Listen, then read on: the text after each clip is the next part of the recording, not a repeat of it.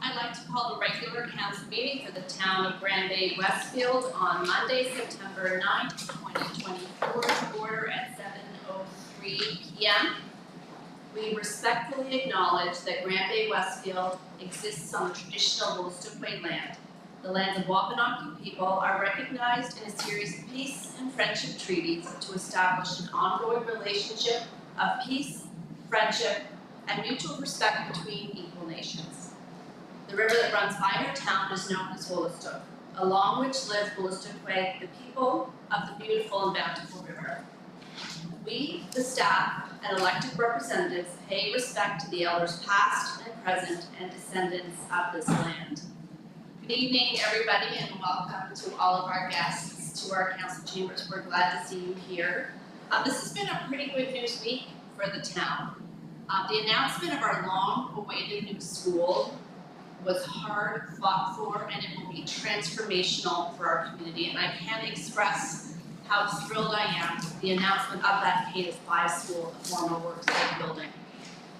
This new school has been a priority for the town and a critical focus of the work the council has done since the day we were sworn in. And to get a project like this across the line takes significant teamwork. I extend appreciation to our MLA, all of our provincial colleagues, this council, staff, councils of the past, and all of the partners who have worked together to make this a reality. And our children will finally be able to access the full curriculum in the way it was meant to be experienced. Accessibility, no more portables, a real gym, or like a real gym, not like a little gym. It's going to be amazing. Music room, multi-purpose rooms, room for services and interventions that enable privacy and dignity. So we look forward to working with the province and the community on the school details and design. Also, thank you to the federal government and New Horizons for Seniors funding. We have substantially renewed our River Valley room upstairs, and we've turned it into a welcoming and vibrant space for our community to use. It's very exciting to see the tangible results of the work we have all been doing together. And a quick welcome back to school to all of our students, and a thank you to the teachers and support staff who take care of and guide our children all day long. Item 4, record of attendance. I'd like to thank council for full council attendance this evening. Item 5, agenda approval. The motion is that the council of the town of Bay-Westfield approve the agenda of September 9th, 2024 as presented. Do I have a motion? Deputy Mayor Toole, and that was a second from Councillor Gotham. Thank you. Any questions or comments on the motion? There being none, all in favor? Aye. Contrary minded? Motion is carried. Thank you. Item 6, disclosure of conflict of interest. Are there any? There being none, we will move on to item 7, public hearings, presentations, delegations, petitions, and item 7A is public petition for a stop sign on Layla Avenue, and we have Stephanie Dare here with us this evening. Stephanie, the floor is yours for a 10-minute presentation. Thank you. Thank you for allowing me some time here today. I don't have a presentation to give here, but I did send some information to council. So I'm just going to go over some of those concerns. Of the 13 total residents on our hill, 12 disagree with this change. One being a gentleman that lives on Park Avenue who will be directly in the line of concern that I'm going to be speaking about tonight. Our hill is roughly an 18% grade. I don't know if any of you guys have been up there, but coming to a dead stop where this proposed stop sign is going to be is just absolutely ridiculous. It's hard to stop there at the best of times, but in winter months, it's impossible. Section 3.2 of the Englobe report discusses sight lines to be their primary concern in their determination as to whether or not a stop sign is going to be placed there. Even with a stop sign installed at that suggested location, we still have zero sight line to anyone coming up Park Avenue. So whether we stop there or not, we're not going to see anybody. And also stated throughout the report that there was no measuring of sight lines in any case. So these are all just assumptions. Nothing was actually measured. Section 3.3 of the Englobe report refers often to speed in our area, and speed is not an issue on our hill whatsoever. The issue is maintenance in the winter. Although I do understand that the town has now taken over that responsibility, last year was no better. Our hill ends up as one lane, which is extremely difficult to navigate on a regular day, let alone having snowbanks and nowhere to turn. So, I mean, that's really the main issue. We don't have an issue with it in the summertime, but in the winter, there's just no way we're gonna stop. Speed is going to become an issue because they're removing the stop sign at Park Avenue, and we've already seen the one person who we assume put the complaint in has been speeding up and down there like a demon. There's 3 people here today that have experienced that themselves, along with a resident of ours that is, 65, 70 years old, that she's challenging her as if that stop sign is already there.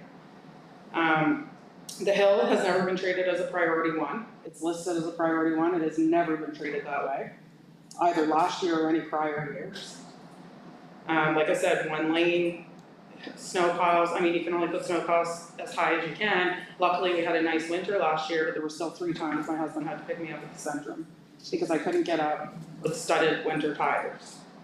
Even getting a run up the hill, because we have to drive down to the road on the next way down, I think it's Valley View, turn around and get a run up the hill in order to get up it as it is.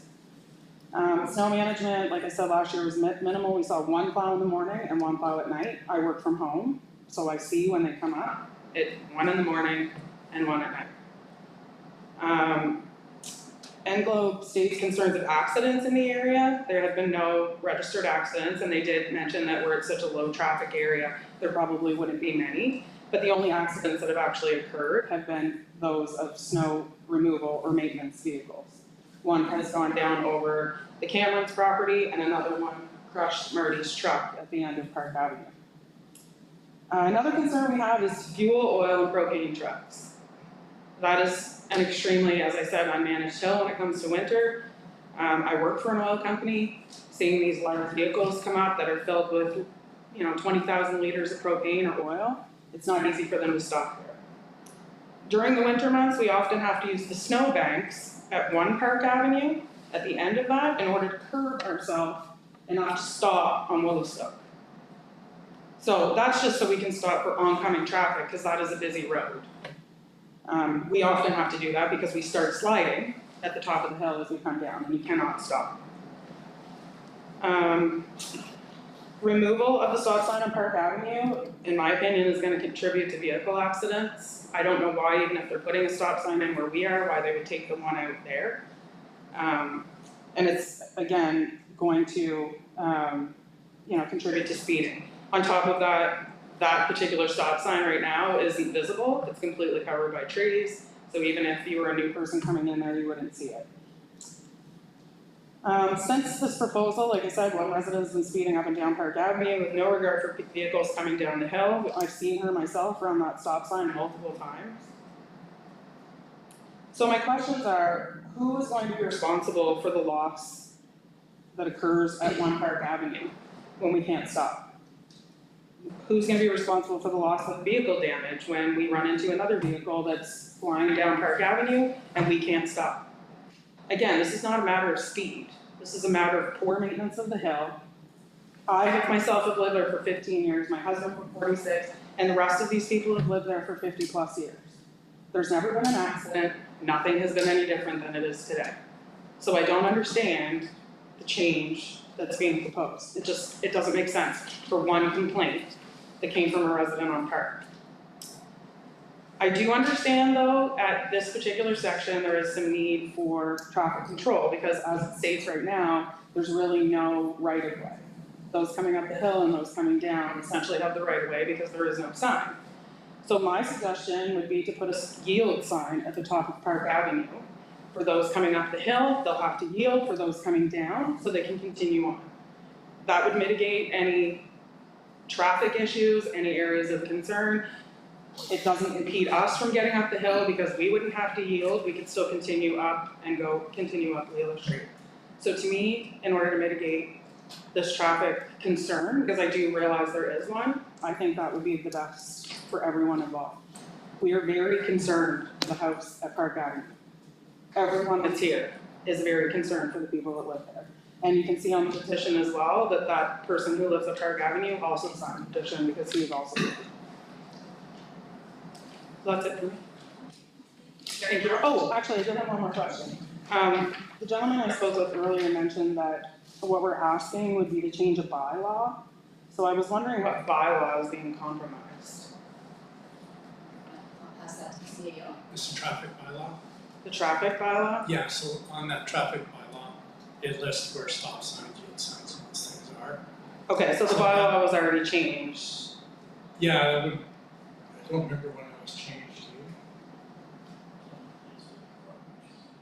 Well, we're still waiting for the province to deal with it, but it's been. So it's not essentially changed yet? Sorry? It's not essentially changed then? Yet. Functionally, it's changed. The formal approval has not been provided. Okay. So typically, once it goes through council, it is, and then it goes through the province. Okay. Thank you very much. Thank you. I'm just going to open the floor to questions. Ms. Derek, if that's okay with you. Yeah, absolutely. We have some questions for you. Any questions from council? Councilor Bell? I think we came forward a year or two ago about this intersection. We had this in the front of council 2 years ago, or a year ago, the same corner with stop sign. I don't remember if you did or not, but yeah, it's been talked about before. I think we had talked about before stop signs too, right before. So I have a solution. By seeing it, when you paint a line up the center, a curved line, and go back to the old stop sign. Go put paint a line up the center, showing it's a roadway, and put the stop sign back to the existing. The stop sign is off Park Street going north, right?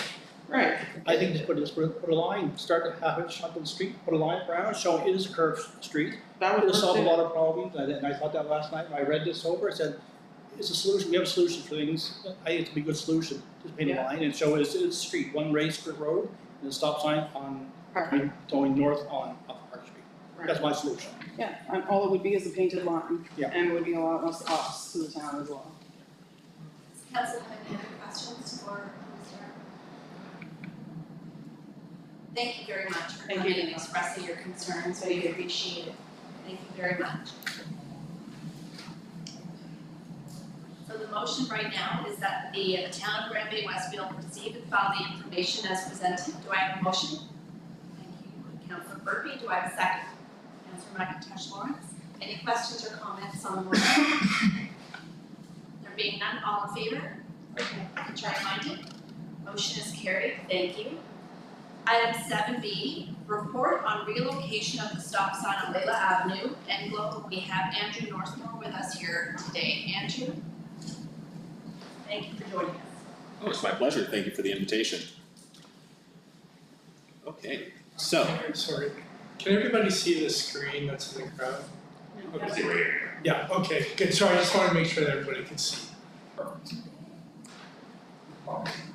Okay, so yes, thank you everybody. I'm here today to talk about some work that I did the beginning of last year, doing this review of the traffic control in the Park Avenue area. Just for a little bit of background about me, I'm a professional engineer in the province of New Brunswick. I've been working with Englow as a transportation engineer for the last 4.5 years. I started there after completing my PhD at the University of New Brunswick, studying intersection traffic control and the safety of intersections. Not that I pretend to know everything about every situation. It's a very unique community that these people live in the subdivision, but I do have a fairly good knowledge of how intersection traffic control ought to work in the kind of ideal circumstances. So the scope of the study that we were asked to complete by the town was to review the signage at the 3 intersections in the subdivision, so Park Avenue and Woolstook, Park and Layla, and Layla and Phillip. It was really around, as was indicated, a concern about sight distances and the ability to see drivers coming up the hill as you're making turns. So the existing configuration, when I went out and I did my site visit back in March of 2023, had, you see the 3 streets up there, and there were 2 stop signs. So Park Avenue coming onto Woolstook had a stop sign, and the, I guess, eastbound Park Avenue has a stop sign at the Layla Park Avenue intersection, which is fairly atypical form of traffic control, but we'll get into that. And then the intersection of Phillip and Layla did not have any sort of traffic control at it. So I'll go through each of those 3 intersections in a little bit more detail. So at Woolastook Park, obviously there's a very steep grade on Park approaching the intersection. The park is also at a fairly sharp skew to Woolastook, which means that like it doesn't come in at a 90-degree angle. There's a fairly sharp angle that you come in at, which affects your ability to see, particularly looking to the right if you're coming off of Park, because you have to turn your head more to be able to see further in that direction. It's not ideal, but it's the way that the intersection's laid out. From my vantage point, looking at the intersection, this image is kind of distorted because it's a panoramic view, but there didn't appear to be any sort of sightline issues in either direction from this spot, although yes, you are parked on a fairly steep hill coming down. So that was what we saw there. At Park and Layla, there were again challenges with steep grades, both going up Park and coming down Layla. There were minimal available sight lines, as you can see from the photo here that I took. Coming down Layla, you can't really see anybody on Park going down the hill or coming up the hill until you are basically like right at the intersection. And that's really important from a safety standpoint to have available sightlines at intersections, because you can't make a decision about whether or not it's safe to proceed through the intersection unless you're able to see the rest of the roadway. Because this road, it's not laid out like you could have a normal bend in a road, but this is laid out as a T. So it's a very sharp maneuver that you have to do. So it's very important that we have appropriate sight distances there. And there are standards for the amount of sight distance that you would have at intersections. Yes, it would be very hard to go through here at 50 kilometers an hour, which I believe is technically the posted speed limit through here and what we would design around. But the sight distances for an intersection would be on the order of 100-ish meters in either direction. And from the photos approaching the intersection, like you clearly don't have that until you're like right up at the intersection. The intersection also, as I said, has fairly unconventional traffic control. Normally, if you're driving through an area, you would expect that if you have, you don't have a stop sign, so if you're coming up the hill, that the other direction that doesn't have a stop sign is going to be coming right ahead of you. So somebody who's driving up into the neighborhood, who's maybe visiting somebody, isn't very familiar with the area, they're a delivery driver, they're not going to expect that traffic would be coming down Layla and around the corner there. So it would be very startling and very easy to have a conflict that would occur. At Layla and Phillip, like I said, it's an uncontrolled intersection, but here the sight lines appear to generally be more reasonable. The speeds, as indicated, it's very hard to actually go at any speed through the area because you've got these really short legs coming off of the intersection, you've got the steep hill that you're coming up. Just because as you progressively move through the neighborhood, there are fewer and fewer destinations or origins for trips like the homes. So you would expect progressively fewer and fewer vehicles to be going through.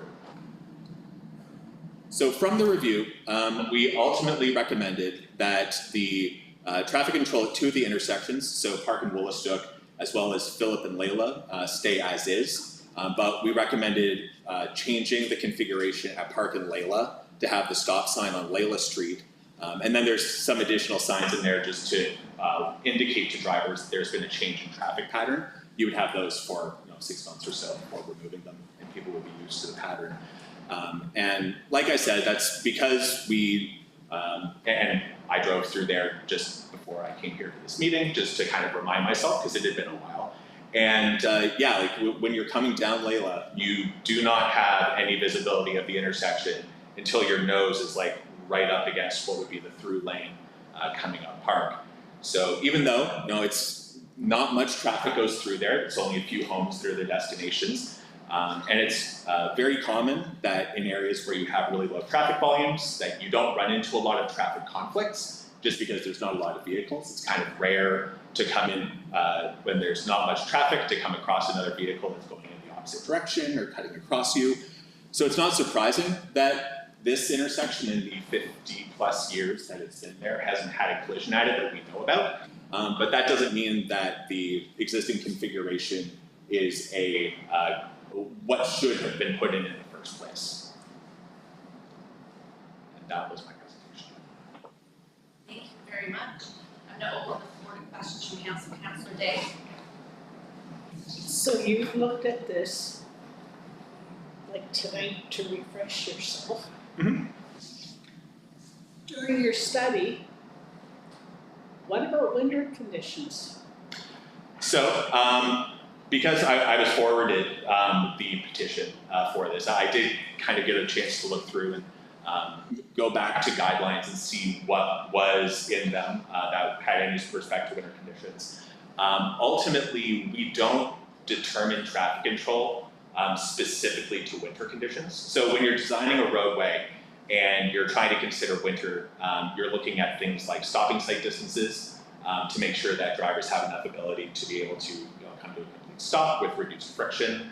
And we would also consider it from, again, a sight distance perspective, because the snow banks on the side of the road will further restrict your ability to be able to see in either direction as you're going along. The province of New Brunswick has much narrower requirements for keeping sight lines through a road corridor than like the Transportation Association of Canada's guidelines do in general, just for that exact reason. They know how far they're going to end up pushing the snowbanks out to. But when it comes to choosing whether or not you have a stop sign versus a yield versus no control on an approach, road grade is not specifically in the guidelines, nor is the fact that it's an area that gets snow and ice. I mean, like the Transportation Association of Canada's guidelines, which I would have used in doing this review, they consider that there will be snowy and icy conditions, because I mean, it's a guideline for Canada, so it's used across Canada, and there's nothing specific in there. I do agree driving through there. The road is a very steep grade. You can't go fast on it. It would take, I can imagine that in snowy and icy conditions, it would be challenging to drive on. But the rest of the year, when it's not covered in snow and ice, we also want to make sure that we have a safe condition. Other questions from council? Deputy Mayor, and then I think Councillor Billings. From looking at your study, and I'm trying to just picture the concerns, it looks like the concern with the current stop sign is the people coming up Park Avenue and coming down, that's the concern now, and that's why you're proposing the switch. Yeah, it's primarily based on the visibility between coming up Park and coming down Layla. Because both have the right of way there, there's no, well, technically they do, yeah. Well, so the concern, the concern is that there's like no visibility of that sight line. So then the concern, because there's no visibility between them, say a vehicle is coming up Park and continuing along Park, Yes. it's very easy for them to then collide with a vehicle that's coming down Layla, because there was no opportunity to actually be able to see that vehicle before you were at the intersection. And that would solve that piece, but I'm trying to think what it would open up, the other issues that it would open up is the stopping at the sign. I think they're finding it difficult to stop when you're coming down. Just to get to move. Yes. Okay. Yeah, I've driven through the area twice, not during winter conditions. I can imagine that it would be very challenging if there was snow and ice on the road. But in the dry conditions that I've driven through, yes, I had to drive slowly, yes, I had to drive cautiously. I was able to stop at both those locations. I can't speak to everybody's experience, but that's. Councillor Bellman. I suggest come back in the winter time and have a nice ice storm and you come down the hill for a second, one instinct. And why can't there be three stop signs then? If that can't solve the problem, why is the stop sign back in the same location, you can make a three-way stop sign or a two-way stop sign? Well, three-way, so when we looked at this, yes, you do, for like typical traffic control, you do have the option that instead of putting the stop sign on Layla, you could put stop signs on both of the park ones. We typically wouldn't do that on Park because we recognize that with Park coming up the hill, because we recognize how steep it is and just getting, a large delivery truck to stop on the hill and then have to start again. It's something that you see in other cities where they'll try to avoid having stops on really steep uphill sections. because it's just very challenging for large vehicles to get going again. If like for having so that we did not really consider to be a viable option compared to stopping coming down Layla Street. To the point of a like two-way stop, you mean having the current stop sign plus the one on Layla, Yes. and then allowing car coming up the hill. I see no reason why that couldn't be You done. can't come to agreement, that's probably the best bet, but I still think putting the line up from showing that as a continuous street would alleviate a lot of problems. And this is a solution for everything, and I think that's the best solution, than putting a line. Do you want me to respond to that? Go right ahead.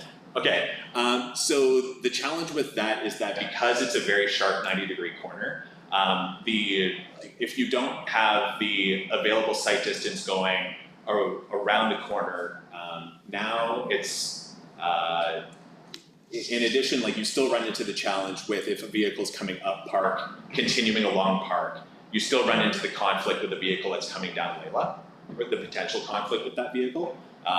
Because there's no line of sight between drivers that are coming up the hill and drivers that are coming down the hill. You also then run into a challenge where drivers that are, say, coming up the hill,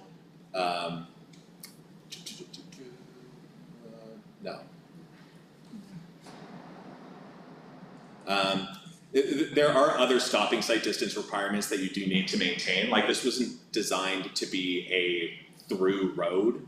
The way that it's laid out, it's designed to be Park Avenue coming up straight with a branch road, Layla, coming off of it. One question, look behind you. You have all the whole street up there behind you, and you have one person who opposed it, I don't see him here. Okay. That's a resident. Councillor McIntyre. Yeah, so on paper, the report it makes sense, and when we made our decision, I was making my decision off of the way it looked on paper. But clearly when you hear how it affects the actual people that live there, then we have to take a step back and look to see if there's another solution. So I'm wondering if you could put yields on either side of the park, if that would work. On either side of Park? So nothing on Like Lila coming going up. down, but a yield going up before you turn onto Lila, and a yield on the south side of the park before you're continuing on.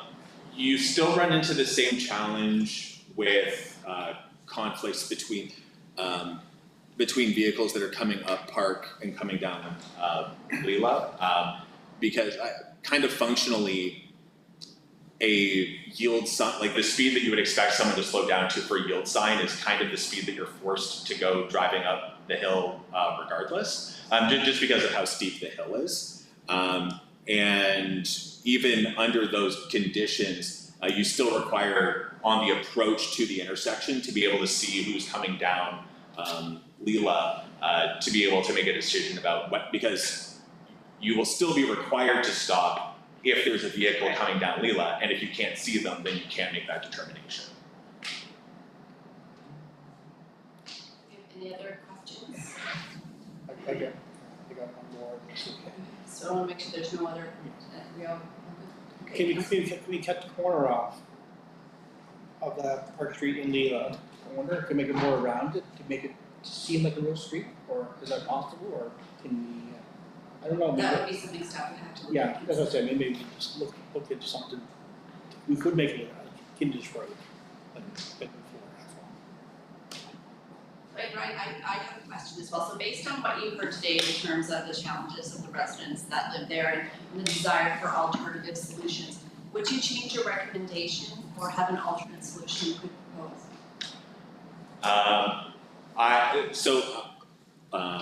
I definitely understand and appreciate the concerns that the residents have. Like I've said, it is extremely steep. The 18% grade is actually steeper than what the Transportation Association of Canada would outline for a local road in a mountainous region. So like it is extremely steep, and compounding with the winter challenges that we have, I can certainly appreciate that snow and ice on the road can create a hazardous condition.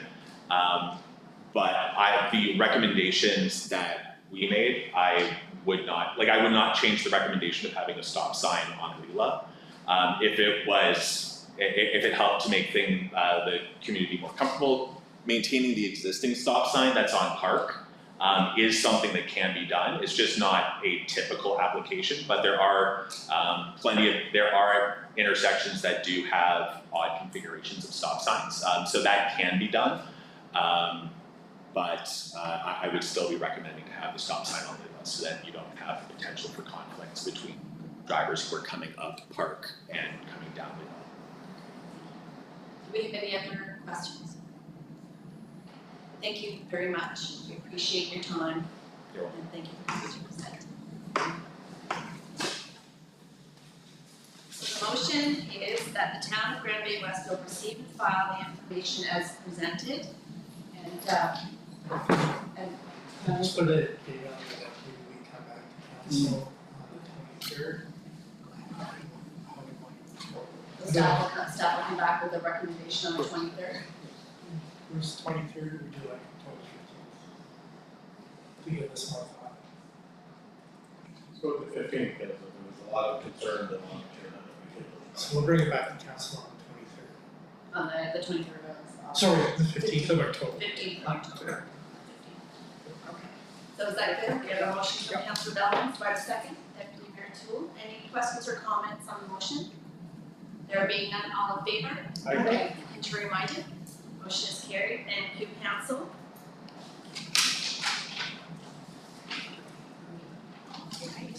We'll move on. Sir. Yes.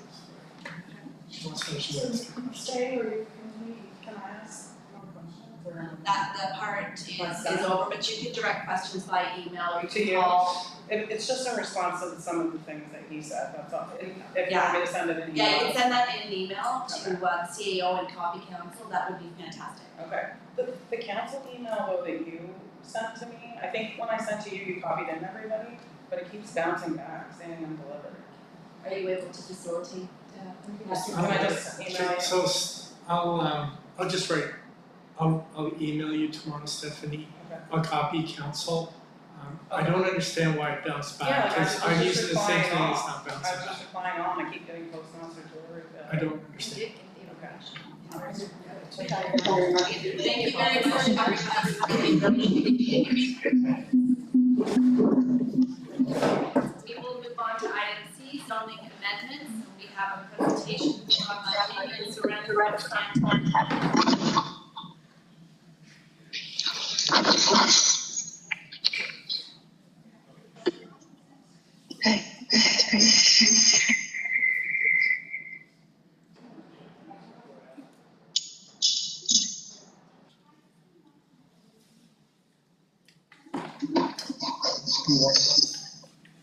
Yeah, is that what it is?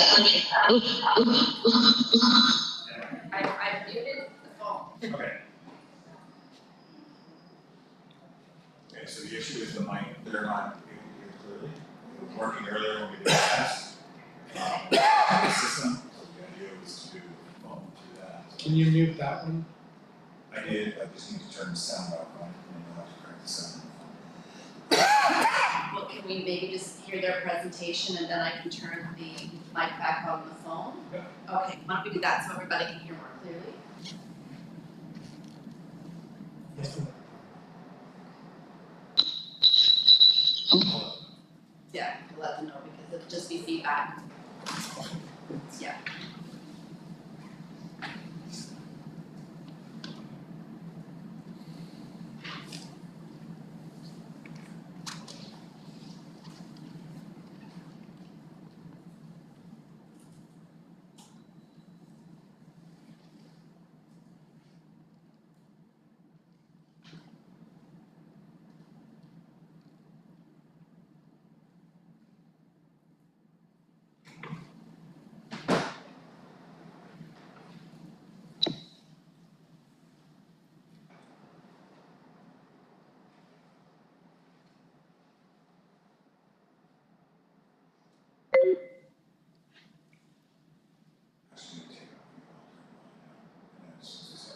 So what do you want me to do? If you take it on mute, just let me know that You can start now. Good evening. Sorry about that. We're having some audio issues. We couldn't quite hear you from our end. I'm sorry, we're having some issues here as well. If you can hear me now, you're welcome to start the presentation. All right. Do we have the ability to share a screen? It seems great that we had prepared a bit of a slideshow. If not, we can just walk through the proposed amendments.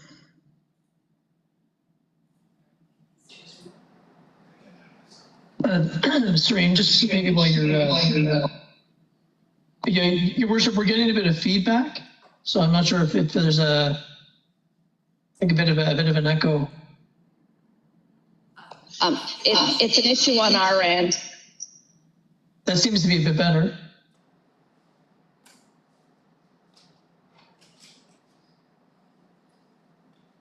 You should be able to share your screen now. You're muted, Jamie. Oh, I can hear through this, I think it's coming through the phone now. My name is Jamie Burke, and I'm the Atlantic Lead for Urban Planning with Stantec Consulting. And on the call with me tonight is Serene Shezadeh from our Ottawa office. Serene and I have been working closely with David Taylor over the last several months to implement your Housing Accelerator Fund changes. So if you can bear with us for a little while, Serene's going to walk through a brief slideshow of and explain some of the amendments. But just for those of you who don't know, I guess we work for Stantec, as I said at the onset, and we're a global company with over 32,000 employees across the world. We have an office very close to you in the city of St. John, along with Fredericton and Moncton and throughout Atlantic Canada. And we provide a variety of consulting services, including planning and community development. So we're headquartered in Edmonton, Alberta, but we have a very large local presence, not just in Atlantic Canada, but here in New Brunswick and right next door to you. So apologies for not being able to be there tonight in person, but if things go smoothly, we will have a Stantec representative in person for the statutory public hearing. So Your Worship and members of council, unless there's any questions at the onset, I'll turn it over to Serene and let her walk through the amendments. There's a lot of them. This is probably the largest zoning bylaw amendment I've ever seen in almost 20 years of practice. So lots of intricate details with your document. So we've been mindful of that, and I just wanted to say how fortunate we've been to work with David over the last couple of months. He's got a heck of an eye for detail, and that's been very, very valuable throughout this process. So if there's no further questions, Serene, you can take it away. All right. So as Jamie was mentioning, the purpose of this is to amend the zoning bylaw to provide some clarification and direction on a few topics, and those include flankage yards, tiny and mini homes, introducing lot width and lot area reductions, minimum ground floor areas in the RR zone, increasing some building heights, and introducing some flexibility and density for R1, R2 zones, as well as some provisions on regulating shipping containers. There's also a few housekeeping amendments for consistency and clarification throughout the zoning bylaw. So I'll just provide a summary on the amendments for each topic. So starting with the flankage yards, the amendments basically make sure that the references throughout the zoning bylaw to flankage yards are all consistent, as well as introducing a definition for flankage lot line, which is the longer lot line abutting a street on a corner lot, as well as a definition for flankage yard, which is that yard between that flankage lot line and the wall, the main building on the lot. The amendments also introduce flankage yard requirements for all of the zones. For tiny homes and mini homes, the zoning bylaw already does have provisions regulating mini homes. These amendments also introduce tiny homes and some requirements for tiny homes, as well as helping to distinguish between mini homes and tiny homes. So the amendments permit mobile and mini homes as primary uses in the MHP and RR zones, and say that they may be considered as garden suites in other residential zones subject to planning advisory committee approval. And similar with tiny homes, they're permitted as a primary use in RU, and MHP zones, and can be considered a garden suite in other residential zones, subject to Planning Advisory Committee approval. The amendments also introduce a definition for tiny home, which is basically any dwelling other than a mobile dwelling that's intended for seasonal or year-round use and has everything you need for it to be a functional home. And it does regulate the area of a tiny home. So it has a minimum size of 45 square meters and a maximum size of 60 square meters. The many homes that are currently existing in the zoning bylaw have a minimum and maximum area of around 100 square meters. So the tiny homes provide additional housing options in the area. A definition for mobile tiny homes is also introduced, which is basically the same thing as a tiny home, except that it can be moved, and it's intended to be a portable home. The amendments also intend to reduce the lot width and lot area requirements within serviced areas in the R1, R2, and R3 zones. And also as part of that, the reduced minimum ground floor areas are also introduced within these R1, R2 zones in the serviced areas.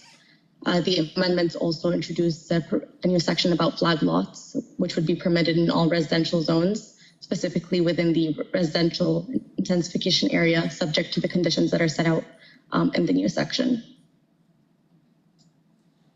Regarding the minimum ground floor area in the RR zone, the amendments basically introduce a new minimum ground floor areas, which is 75 square meters for a mobile home dwelling or a mini home dwelling.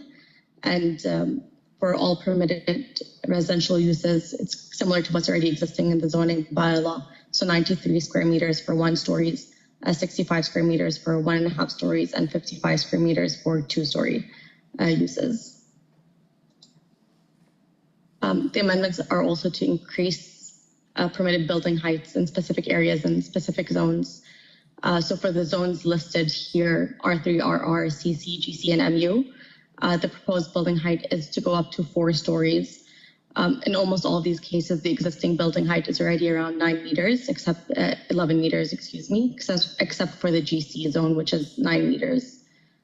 And in the case of the RR zone, it's specified that the permitted building height of 12 meters is only permitted within the residential stable intensification area. And in all other cases, the existing 11-meter height maximum applies.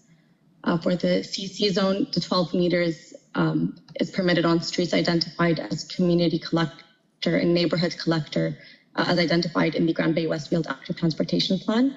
And in all other cases, the existing 11 meters would still apply.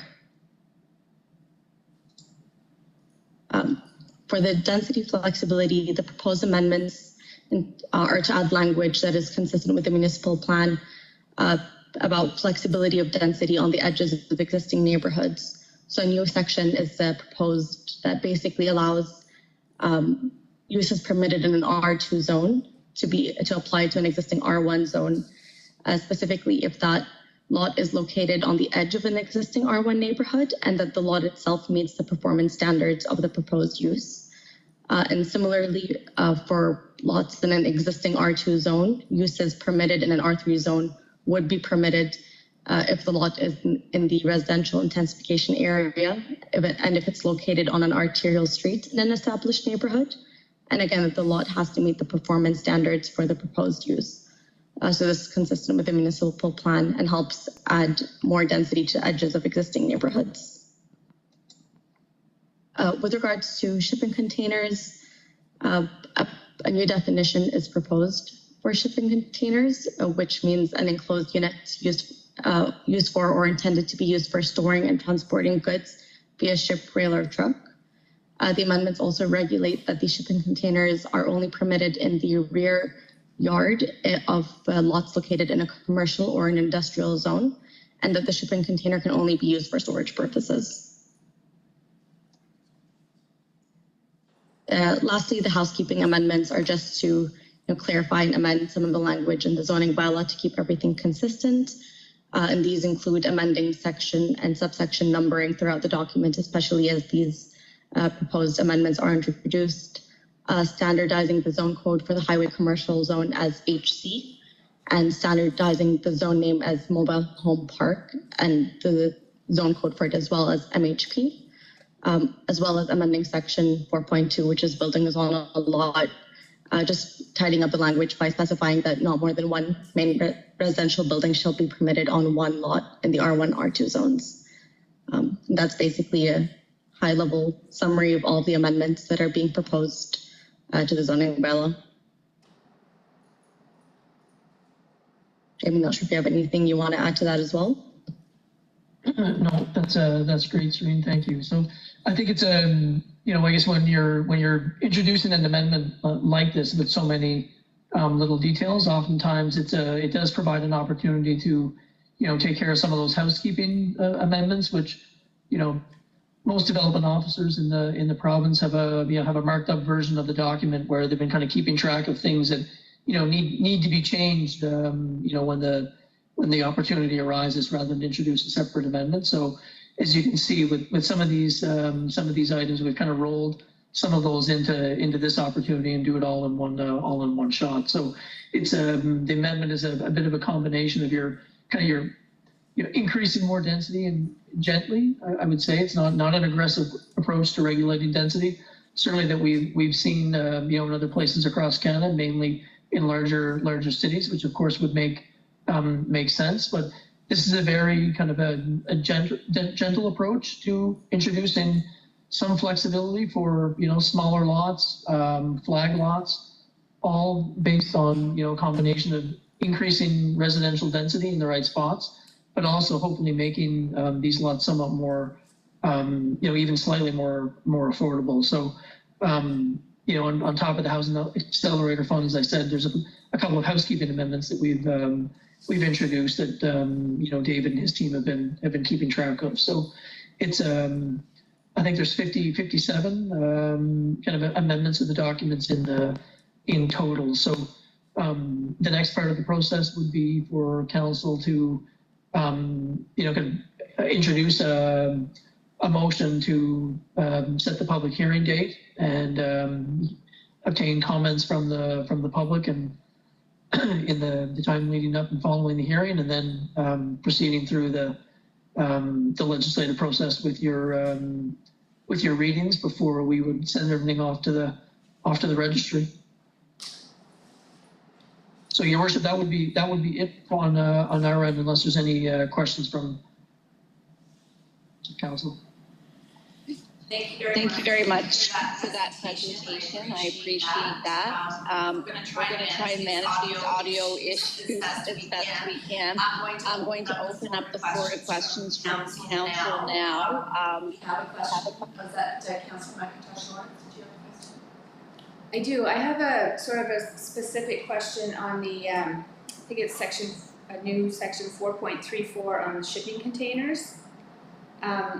I'm just wondering if at some point in the future they could be looked at as livable residences, and if so, if that could be put in the bylaw now, or if we would look at that if it was an option.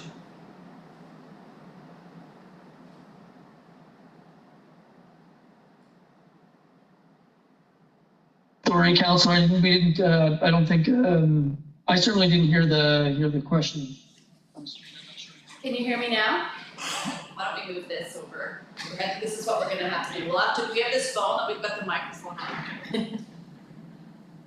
Can you hear me now? Okay, my question was around the new section 4.34 on shipping containers. And I was just wondering if there's thought given to them being used as living quarters. I've seen this in other areas where they're used as homes, and if that was something that we were thinking of, we could put it in these zoning bylaws, or if it would be addressed in the future if we decided to do that.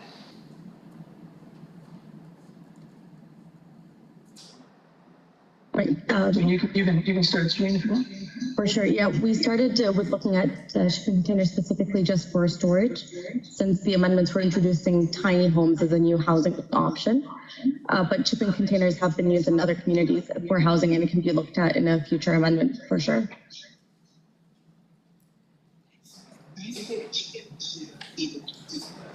Yeah. What you're saying is that you're going to study information about how the storage units will be used, but for housing doesn't prevent it from being an engineered solution.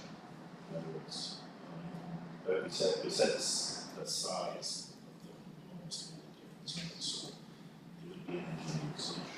So quite often, you'll see 2 or 3 arranged Right. some way, typically one is not sufficient, I don't think it would fit the size criteria.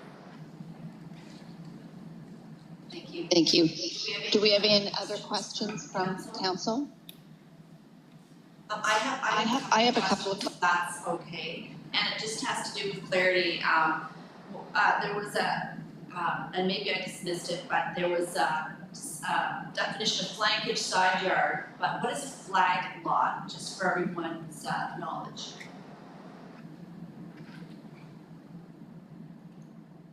Sure, so Your Worship, if you can hear me, a flag lot is typically, if you think about kind of the flag pole would be the section of the lot that has frontage on a public street.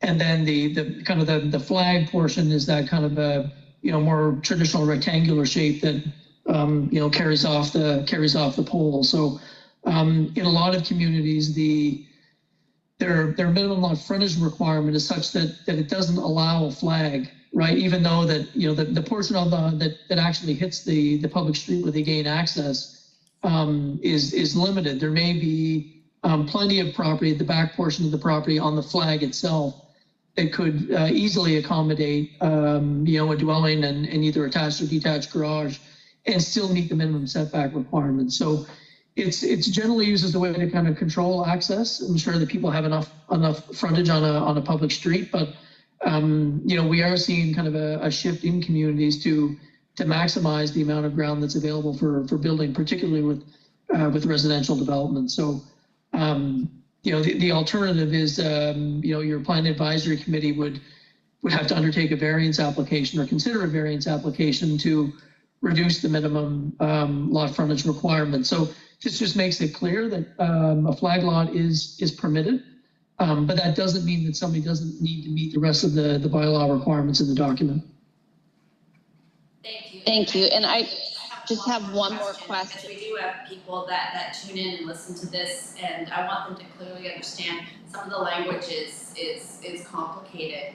Could you, in plain language, use the term performance standard of proposed use? Can you just restate that in more plain language for our listeners, please?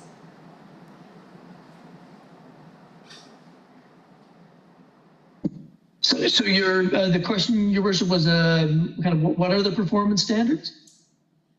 No, it was to restate that phrase in more plain language so that people that maybe aren't used to going to PAC meetings or are not used to tuning in that would be interested to know what that actually means.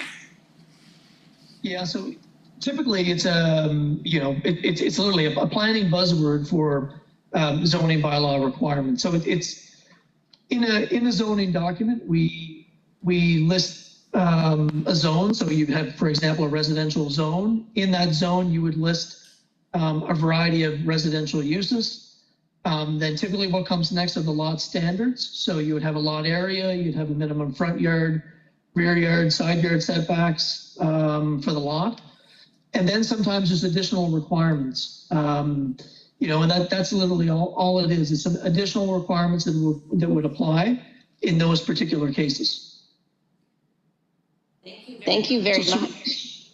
Serene, if you have them handy, we could give a few of them as some examples within that zone.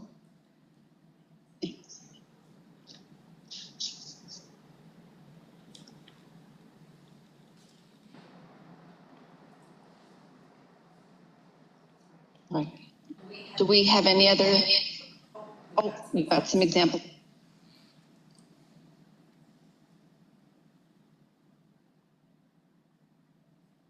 Right, yeah, so for example, these are the residential zones and the requirements that would be for each use. So if we're looking specifically at the 1-unit residential, it's listing the permitted uses.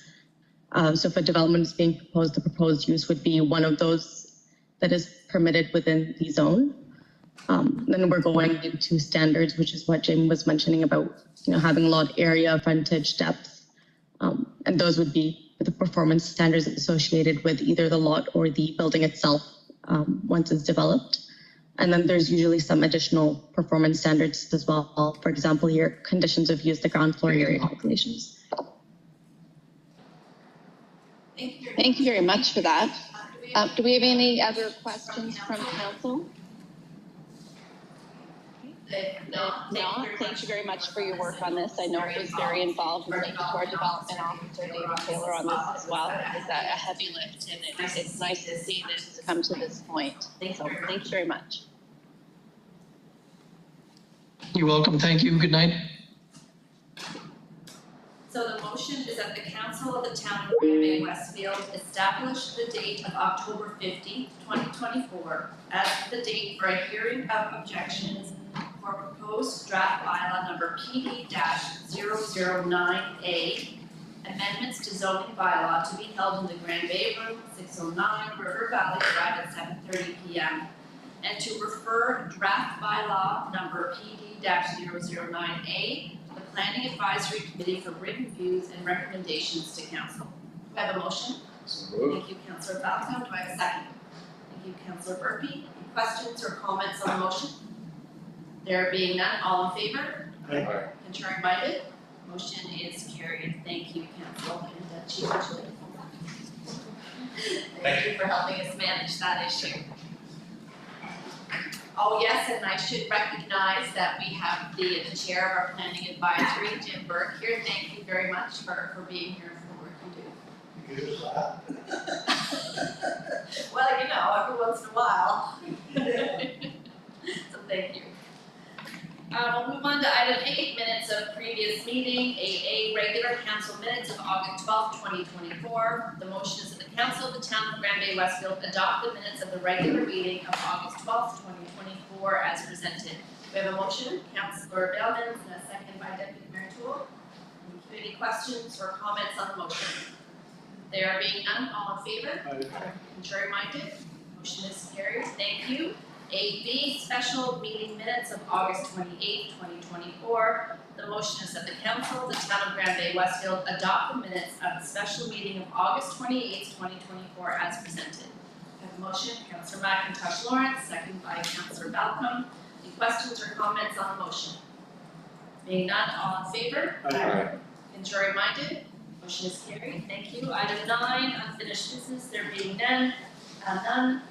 Item 10, bylaws, and that was addressed by item 7C. 11 is new business recommendations. 11A, public works garage project management. I'll pass this over to the CEO. Thank you, Your Worship. For some time, we've been working towards getting the public works garage going. This is actually something that started around 2002 and never got going. We've run into some setbacks along the way this year. We've lost 4 months of time primarily waiting for a study. And that's necessitated a change when I first went to council to expedite a study back in March, outlined a process in which we would go to an RFP, and that RFP would be due middle of August, and then we bring it to council. Because the study was so late, and we wanted to get this project going because we want to meet our winter 26 deadline, we ended up going invitation route. And again, the reason we went the invitation route is based on new learnings over the last few months, and also just to stay on track. Our goal is to have a works garage for winter 26, so that our equipment is less exposed to the elements. So we met with 6 different architects and engineers to discuss what was the best way forward. Some of these were just based on recommendations, and some were us finding them. And at the end of the day, James and I ended up meeting with 4 out of the 6 that we contacted, and out of those, only 2 submitted proposals. They submitted vastly different proposals. We feel that of our meetings and then sharing the scope of work that we wanted completed, only the one group heard what we were asking for, and that was Mather's project management. So what they're proposing to do at market rate, it's about 4%. The 200,000 is a big number. However, that's 4% of the estimated value of the project, and that's really what the market is demanding right now. And so he would take that, they would take that project from the beginning here, going out to do tenders to architects. We don't know if we want to do design and build, if we want to do design build. He's much more knowledgeable about that type of decision. We don't have enough information yet to make some of these decisions. So based on all that, we've had to pivot. We're well within the Procurement Act to be able to go this way. But really it's about, at this point, we've lost 4 months. How do we capture that 4 months back? And we feel based on the interviews, with the meetings that we've had, the recommendations we've received, that we have a viable way forward. James, is there anything you want to add to that? This is a really important project for this town. We have millions of dollars tied up in equipment for maintaining our roads, and a facility is needed to look after that equipment. So it's important that we get it right, that we build the right structure, with the right amenities, the right layout, and Mather's project management, they have the skill set required to steer us in the right direction. They've been involved in many projects similar and much more complex than this. They've outlined a really, really solid process that's going to engage current employees, go out, scan the environment, what other municipalities doing in this space, and then they have a lot of expertise in the way to structure contracts and really extract the most value we can for the money that we're going to spend here. Alright, do you have any questions from council for the CFO and CAO? Councillor Bellman, So that what is was the looking for.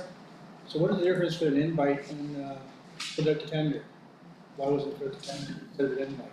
Because we could have a much more robust pool of people to come look and bid on the job, and but I don't understand why an invite was more important than That's not necessarily the case, Councillor. One of the things that James and I both learned, the market's very tight right now. Just by the fact that we have groups that didn't even bother responding to a call. You know, what we did do is we ended up narrowing down on people who were recommended.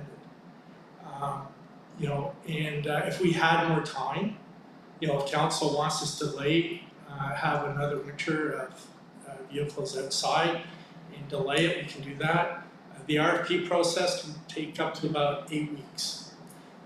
There's the time that we put it out because we have to give a reasonable time out in the market, and then we need a reasonable time to be able to evaluate it.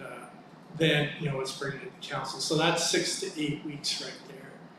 What we're looking at, based on the timelines from different groups that were presented to us, they would like to do the what's called the pre-design now, which is where they talk with staff. That includes our skilled and unskilled laborers, to talk with our works commissioner and the work superintendent, James and myself.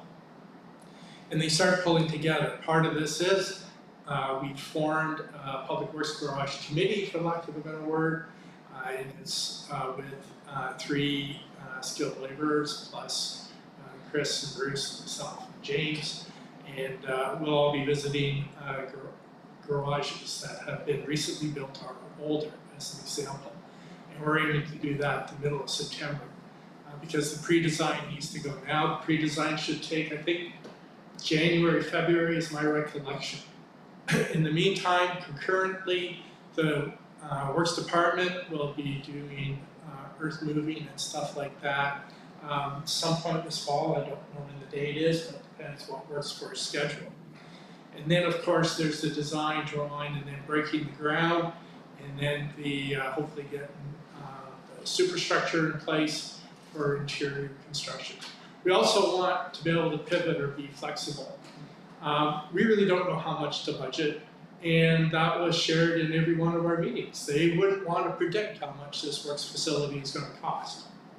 So if it comes back that we do all this great pre-design work and we find out, that's going to cost $7 million instead of $5 million, how can we either do it in phases, such as do we have cold storage rather than warm storage? But at the end of the day, we're trying to get this garage done. I'm not convinced that the RFP also requires a lot more filtering work on our part to go through what's good and what's not. James and I were very pleased with this one meeting that we had. He heard us. None of the other people that we met with heard what we were saying. I'm not convinced the RFP would do a different result, Councillor.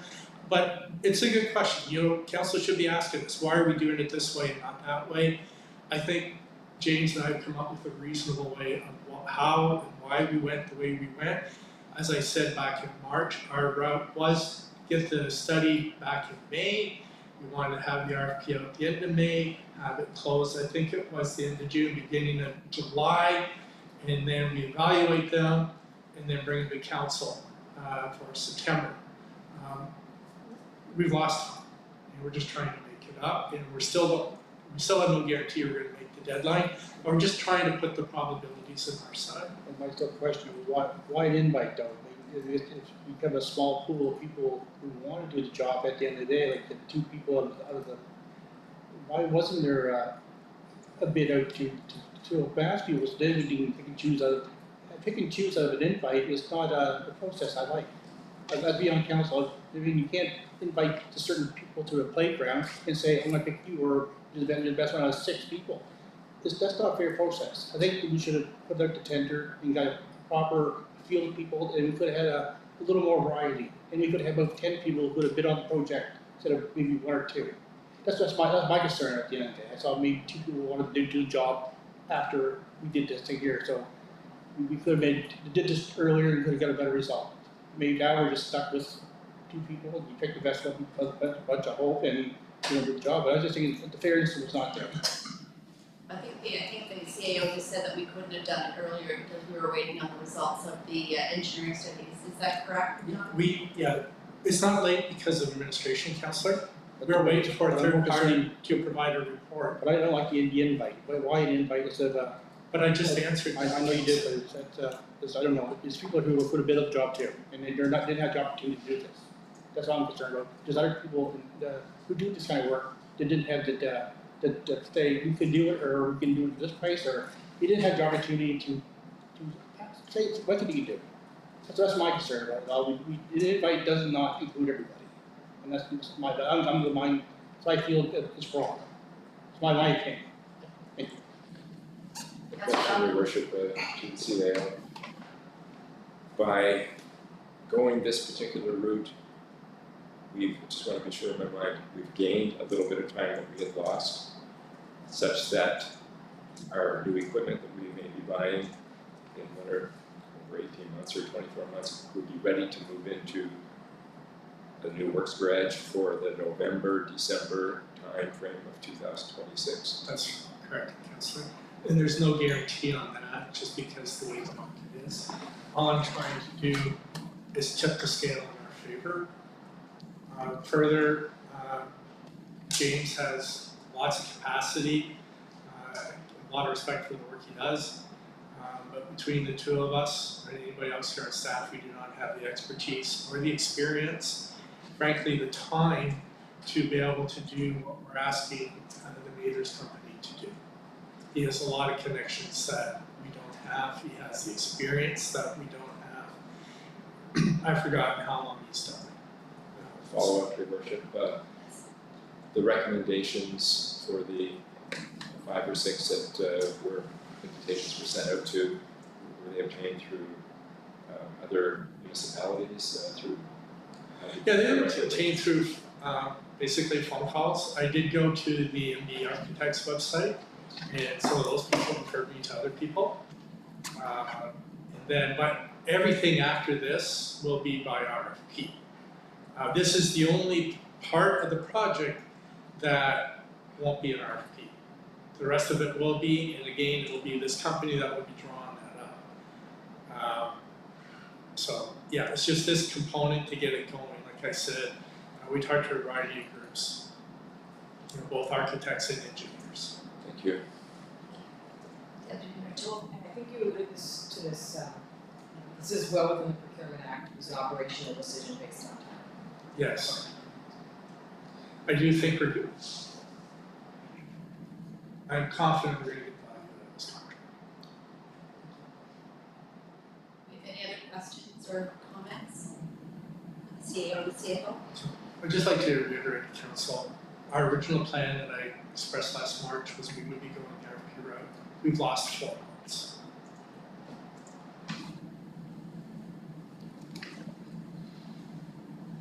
Okay, so the motion, if we're done with that question, is the motion is that the council of the town of Grand Bay-Westfield approve the hiring of Matters Project Management Consulting Inc. to manage the planning and construction of the Public Works Garage. Do I have a motion? Councilor McIntosh Lawrence, do I have a second? Deputy Mayor Toole. All in favor? Aye. Contrary minded? Motion is carried. Thank you, council.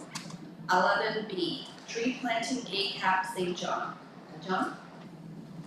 Actually, what we're going to do is turn it over to the development officer. Just as a general reminder to council, they're doing some shore remediation with us. We'll be providing some in-kind service, and I'll let the development officer speak to this a little bit. It's the same group that we do in the tree planting, and it's really a request for council's support of another application for additional funds from Canada. The federal government tree planting fund is being sort of processed through government Canada, so it's just supporting an application of this group, and we've got trees inland as well as the shore. Thank you, David. Any questions for the CAO or the development officer before I read the motion? There being none, the motion is that the council of the town of Grand Bay-Westfield approves supporting ACAP St. John's application to the World Wildlife Fund, WWF Canada, for funding, including a commitment to $5,500 in-kind support through up to 3 days of labor and equipment to be provided in aid of the project from the Public Works Department. Do I have a motion? Deputy Mayor Toole, thank you. Do I have a second? Councilor Berkey, thank you. Any questions or comments on the motion? There being none, all in favor? Aye. Contrary minded? Motion is carried, thank you. Item 12, bills for payment. The motion is that the council of the town of Grand Bay-Westfield authorize the September 9th, 2024 bills for payment as presented in the amount of $297,021.98. Do I have a motion? Councilor Berkey, thanks. Do I have a second? Councilor McIntosh Lawrence. Any questions or comments on the motion? Councilor McIntosh Lawrence? Number 23, Cox and Palmer. Is that a retainer or for consulting, or is it legal fees? Legal fees over a variety of files. We've had enforcement issues that we've had to refer to them. Trying to remember what we looked at. Enforcement. I forgot everything. It's various, Pardon me? it's various. Yeah, it's various different items. There's HR in there. HR, enforcement, animal control is in there. We had an issue with animal control. How do we proceed with that?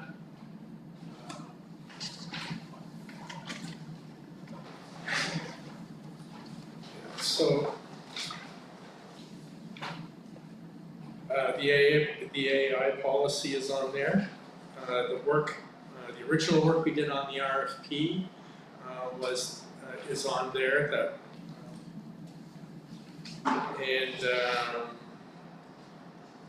So AI, the RFP, animal control, an HR issue. How many is that? 4 that I've listed? And I'll just see if I can find the 5th one. A land transaction. Any further questions or comments on the motion? There being none, all in favor? Aye. Contrary minded? Motion Motion is carried. Thank you. Item 13, consent agenda. 13A, letter G and B, Safe Communities. B, letter, pallet build for St. Joe's. C, animal control reports 2024. D, building report, August 2024. E, funding request, local youth 2024 World Masters. F, letter, Sports Hall of Fame support request. G, memo, local governance, commission overview. H, thank you, Mayor Donna Noel Reardon, and request powwow. End consent agenda. The motion is for the council of the town of Grand Bay-Westfield receive and file the consent agenda items for September 9th, 2024. Do I have a motion? Thank you, Councilor Burpee. Do I have a second? Deputy Mayor Teal, thank you. Any questions or comments on the item? There being none, all in favor? Aye. Contrary minded? Motion is carried. Thank you. We'll move on to council reports. We'll start with Councilor Bellmans. I attended the strategic plan meeting on August 28th, and I attended the JDI meeting on the same night. Councilor McIntosh. August 15th, I attended the Zone 3 meeting in Hampton, where our council put forward 2 resolutions that were accepted to take to our UMMB AGM. August 17th, I attended the Pride Parade in St. John, and also that same day there was the monument unveiling at our Veterans Peace Park. And August 20th, I also attended the strategic planning session. Councilor Day. I've been away and had a great trip to Alaska, which was a very different environment. I even got to try reindeer. And I'd like to remind everyone about the quilt show at KV at the Lions building starting 7 o'clock, September the 18th to the 21st. Come and see quilts. Thank you, Councilor. Councilor Bell. Thank you, Your Worship. On Saturday, August 17th, I also had the pleasure of attending the afternoon unveiling of the 5 new monuments at the Veterans Peace Park.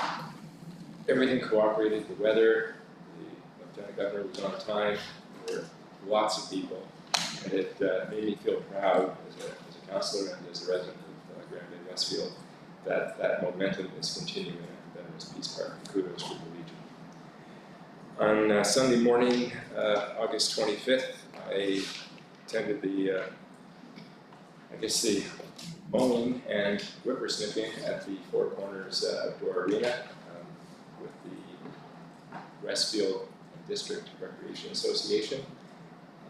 They're looking forward to, hopefully down the road, having a little bit of assistance from the town for regular summer mowing, because that grass does grow quite a lot, which requires a lot of mowing. But the main reason for the preparation was to get it ready for some additional work on the boards, which I think Councilor Burpee may be talking about in a moment. And on August 28th, I also attended the strategic planning day-long session in St. John, and later on in the evening, the JDI presentation on forestry and value to New Brunswick and to Southern New Brunswick and Grand Bay. And on September the 4th, along with Your Worship, I was able to attend a very nice announcement, which was long overdue, and that was the announcement for the new school location being located from the site of the Woodlands Rehab Center. Thank you, Councilor. Thank you. Councilor Burpee. Thank you, Your Worship. August 15th, I also attended, as well as Councilor McIntosh Lawrence, the UMNB Zone 3 meeting in Hampton. We heard not only resolutions from our municipality, but a few other municipalities as well, so that's always interesting information. Also on the 17th, I was also very proud to attend the Veterans Peace Park unveiling, and there was lots of people. It was beautiful weather, and I was again very proud to be a part of that. August 28th, attended our annual scrap plan review, which is always a good reminder of all the hard work all the departments do, and what it takes to actually keep all the plates spinning. And later that evening, I also attended the JDI forestry meeting in at the Delta, listened to their presentation. And just a side note that the Four Corners rink, they are in preparation for the new season. There's an opportunity to sponsor a board if you're a local business, and the cost is minimal, but the benefit is great. So that's it for me. Thank you, Councillor. Deputy Mayor Toole. I think it's probably it's a repeat of most of the stuff we've heard here, but I also was able to attend the UNB zone meeting in Hampton, where we went over the resolutions to go forward to the annual meeting. And I really like that because it's a great discussion, not only of issues facing municipalities, but basically those that have impact beyond municipal boundaries. That's what the resolutions are for, this is the impacts. Also, I was very pleased and honored as well to attend the monument unveiling. It was a really moving ceremony where they read the names, especially on all the monuments, and they had youth in the community read those. I thought that was excellent. It was really well done and really nice to see so many dignitaries there. And I agree, it was perfect everyone, perfect weather, perfect, so it was great. I attended the strat plan review with the rest of council, and I was also one of the ones who attended the JDI municipal tour presentation with, that was councillors or mayors from almost every region in southern New Brunswick, I believe, was represented there, so it was a very good. And finally, I had my opportunity to introduce the band at one of the last summer stage presentations. It was a really successful season. A lot of people came up to me and were really appreciative of the talent and the fact that it was put on every weekend. The weather was amazing this year. I don't think we had any that had lived inside, so that was really well received. And there's still the markets going on Thursday afternoon, so just let people know that even though summer stage is done, Thursday afternoon markets are still going on. So I think they sent a note out today on social media that the hours might have changed. I think it's 2 to 6, but it is still going on, and there's lots of great stuff there. Well, thank you, Deputy Mayor.